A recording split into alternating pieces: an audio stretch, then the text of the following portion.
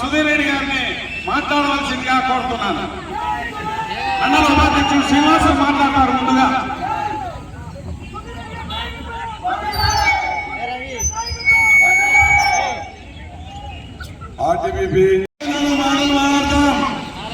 నిన్న ఇద్దరు జోకర్లు వచ్చారు.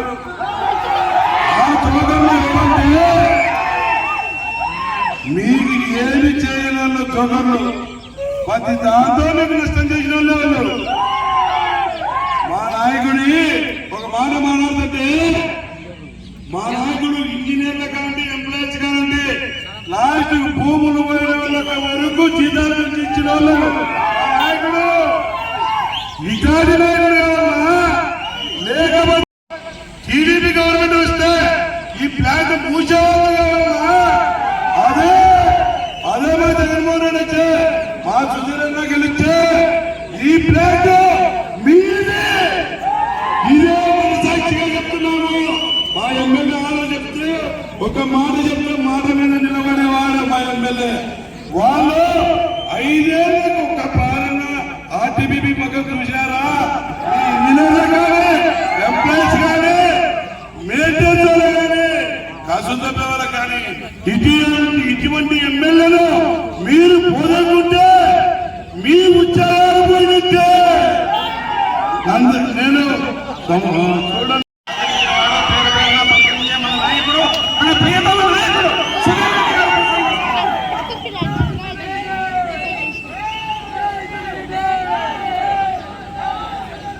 కలవల గ్రామం ఆర్టీబీపీ కాంపౌండ్ ఎంప్లాయీస్ కి, వైఎస్ఆర్ ఎర్రగొండ మండల అభిమానులకి, అలాగే ఇక్కడికి వచ్చిన జగనన్న వీరాభిమానులకి, మా సోదరులకు, సోదరీమణులకు, ప్రతి ఒక్కరికి ఇక్కడ హాజరైన ప్రతి ఒక్క కార్యకర్తకు పేరు పేరున 2 చేతులతో నమస్కారం.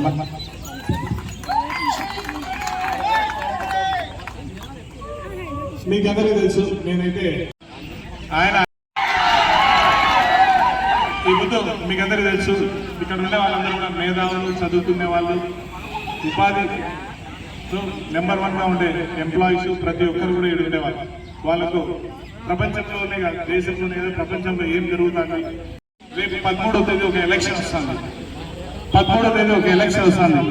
ఆ ఎలక్షన్ లో మన ఓటు 5 ఏళ్ల భవిష్యత్తు మీద ఆధారపడి ఉంటుంది. 5 ఏళ్ళు మనకు ఏం జరుగుతుంది, మన ప్రభుత్వం ఏం చేస్తుంది, లోకల్ గా నిలబడిన ఎమ్మెల్యేని చూడాలా, బయట ప్రభుత్వం చూడాలి. ఎందుకంటే ఇక్కడ ఉండే వాళ్ళందరూ కూడా మేధావులు, ఎంప్లాయీస్. అంటే ప్రతి ఒక్కరికి కూడా అవగాహన ఉంది, ఏ దానిపైన ఎలా మాట్లాడాలి, ఏ నిర్ణయం తీసుకోవాలనేది కూడా ప్రతి ఒక్కరికి కూడా తెలుసు. ఇప్పుడు అలాంటి అవకాశం రేపు 13వ తేదీ వస్తుంది. ఎందుకంటే దాన్ని పాజిటివ్గా తీసుకోవాలా, దాన్ని నెగిటివ్గా తీసుకోవాలని మీరే ఆలోచించాలి. ఎందుకంటే ఇప్పుడు 2 పార్టీలు, ప్రధాన పార్టీలు మన ఆంధ్రప్రదేశ్లో నిలబడుతున్నాయి.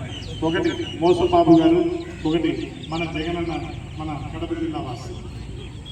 ఆయన గతంలో చంద్రబాబు నాయుడు గారు చెప్పిన హామీలు ఏదైనా నిలబెరిగితే, ఆయన చెప్పిన నవరత్నాలు ఇన్ని కష్టాలు ఉన్నా కూడా కాపాడుతూ వచ్చినారు. అలాంటి ఆయన మనం నిలబెట్టుకోకూడదు అనేది మీరందరూ ఆలోచించాలి. ముఖ్యంగా మన నెలకొండ ప్రాంతానికి వచ్చి ఆర్టీబీపీకి వస్తే చాలా డిఫరెన్స్ వస్తున్నాయి. చంద్రబాబు నాయుడు గారి టైంలో మనం ఎన్ని ధర్నాలు, దీక్షలు ఎన్నో చేసినాం. మీకు కూడా తెలుసు, ప్లాంట్ మూసేయాలనే ఆలోచనలో ఉండేంత దూరం పోయింది. నేను కూడా ఈ ధర్నాల్లో, దీక్షలు ఎన్నోసార్లు వచ్చినాను. న్యాయం జరగాలనుకున్నాను, ల్యాండ్ లూజర్స్ న్యాయం జరగాలి, ఎంప్లాయీస్ న్యాయం జరగాలి, అంతర్యాలు జరగాలి. చాలా వరకు భారీ ధర్నాలు చేశాను. కానీ జగన్ నేను వచ్చినాక చేయగలుగుతాను. కొన్ని కారణాల వల్ల కొన్ని పనులు అయితే జరగలేదు. ఎంప్లాయీస్కి అన్నీ తెలుసు కొన్ని కారణాల వల్ల. ఎందుకంటే మీకు అందరికీ తెలుసు, ఈ 5 ఏళ్ల పాలనలో కోవిడ్ వ్యాధి తగ్గిపోయినాయి. ఎందుకంటే మనం అందరం కూడా ఇంట్లో కూర్చొని ఉన్నాం. కానీ మనం గవర్నమెంట్ అయితే పోషించాలి. మనకు పెట్రోల్ పైన కూడా వచ్చే ట్యాక్స్ మీద పెట్రోల్ వాడకుండా ఎందుకంటే మనం బైక్ వేసుకుంటున్నారు అలా వేసుకుంటారు వాళ్ళు భార్య దొరుకుతున్నారు సినిమా వాళ్ళు లేదా ఎక్కడికైనా పోవడానికి ఇన్కమ్ సోర్సెస్ తగ్గిపోయినాయి. కానీ ప్రజలు ఏమనుకుంటారు ఏం రా మాకు తెలియదు కానీ అది తప్పు. అందరం కూడా నమ్మినా కూడా రేపు వచ్చినాక ఆయన మోసం చేస్తారు. ఆయన పేరే మోసప్ప. ఈ విధంగా మనం ఆలోచించుకొని ఓటేయాలి. చంద్రబాబు నాయుడు గారికి వేయాలా లేదా జగన్మోహన్ రెడ్డి గారు నిజాయితీగా పనిచేస్తారా? ప్రతి ఒక్కరికి కూడా ఏదో ఒక రకమైన ఉపయోగం వస్తుంది. ఇప్పుడు మన ఇద్దరి మధ్య కూడా మళ్ళీ ఇంకొక వ్యక్తి వచ్చినాడు, సడన్ గా వచ్చినాడు, నిక్కర్ నారాయణ గారు వచ్చినారు. ఆయన ఎలా వచ్చినారంటే నిన్న సడన్ గా ఆర్టీపీలో ప్రత్యక్షమైన అంట. ఎప్పుడు నేను ఎవరో స్క్రిప్ట్ రాయించినారంట. ఎందుకంటే ఆయన తెలిసిందల్లా కూడా మత్తుడు ముక్కలు, ఒక క్లబ్, ఒక డ్రింక్, ఈ తప్ప హ్యాబిట్స్ తప్ప ఆయన ఏం సమస్యలు తెలియదు. ఎందుకంటే ఆయన ఏ సమస్యలు మీ దగ్గరికి రాలేదు కాబట్టి. ఎప్పుడైనా కూడా రెండు విధాలు మనం ఓటేసేటప్పుడు ఆలోచించాలి. ఒకటి ప్రభుత్వం చూస్తే, ఒకటి మనకి ఎమ్మెల్యేని పనిచేస్తాడా లేదా కూడా చూడాలి, మనకు అందుబాటులో ఉన్నాడా లేదా కూడా చూడాలి, మనకు ఏ సమస్య వచ్చినా కూడా మన పక్కన ఉంటాడా లేదా చూడాలి, భయపడడా సమస్యలు భయపడడా లేదా అని చూడాలి. ఎందుకంటే ఓటు అనేది అన్ని విధాలా చూసి వేయాలి. పెళ్లి చూపులు పోతాం, ఊరికి ఉద్యోగం అంటే పిల్లలు ఇస్తారా? ఇక్కడ ఉన్న వాళ్ళు ఉద్యోగం అంటే పెళ్లి చూపులు పోతే పిల్లలు ఇస్తారా? లేదు. క్యారెక్టర్ చూస్తారు, అతను అందం చూస్తారు, చదువు చూస్తారు, అన్ని రకాల కుటుంబం చూస్తారు, అన్ని చూసి పిల్లలు కూడా ఒకటే సూటి ప్రశ్న అడుగుతున్నారు. కోపం వచ్చిన ఏమైనా రాదు.